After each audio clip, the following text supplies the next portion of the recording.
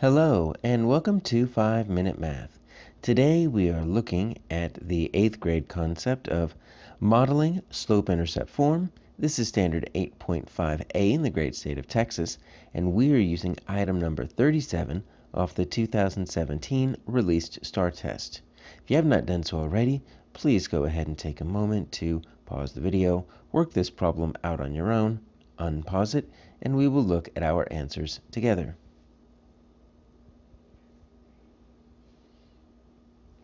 So, Melissa is saving $25 she earned for washing her mom's car.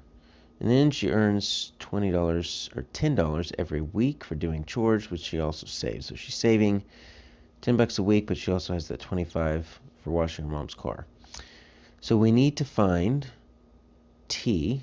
So that's the amount of money that Melissa is going to save at the end of doing N weeks of chores. All right, so let's just put this as a graph right here,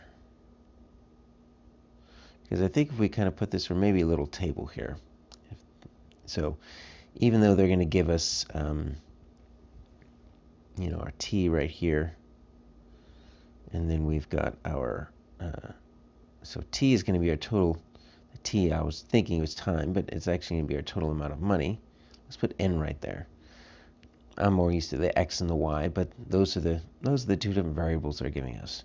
So n is the number of weeks. So we typically start these little tables here with like, 1 week, 2 weeks.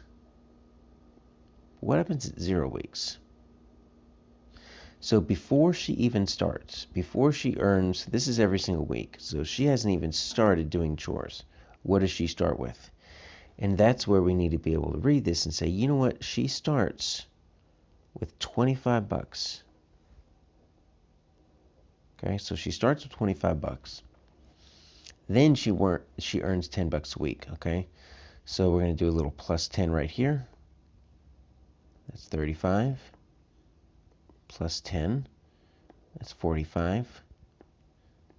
Plus 10, 55. So on and so forth. Okay, we don't need to continue this. What I want you to see is the pattern. Because if we can make sense of the pattern, we can make sense of these forms. So we've got two different types of problems here. We've got slope-intercept form, and then we've got direct variation. The difference here is the slope-intercept form has this little plus b. Direct variation is very similar. They just replace the m with the k. And so do we need this, right? A and B use this slope-intercept form right here. C and D use that direct variation. Do we need that slope-intercept form? Well, here's the difference.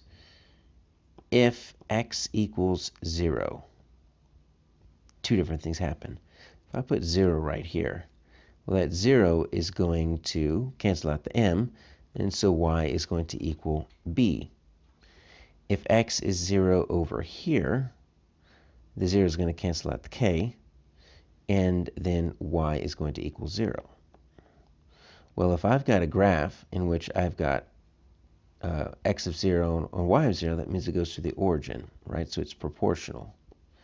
But if I've got an x of 0 and a y of b, that means it's some other number. It's not proportional. So it doesn't go through the origin. And so take a look at what I've got right here. It's not proportional.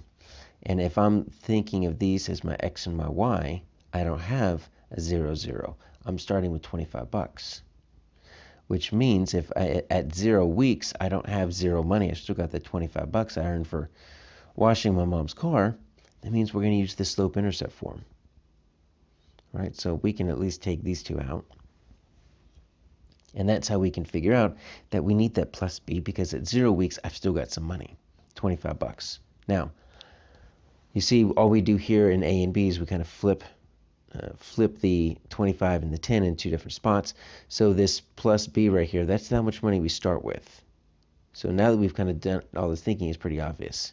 We're starting with $25, right? So that's just the extra we're adding to everything. How much are we going up each week, each n right here? Well, it's a plus 10, plus 10, plus 10. So that's our slope. So you put those together, your answer here is A.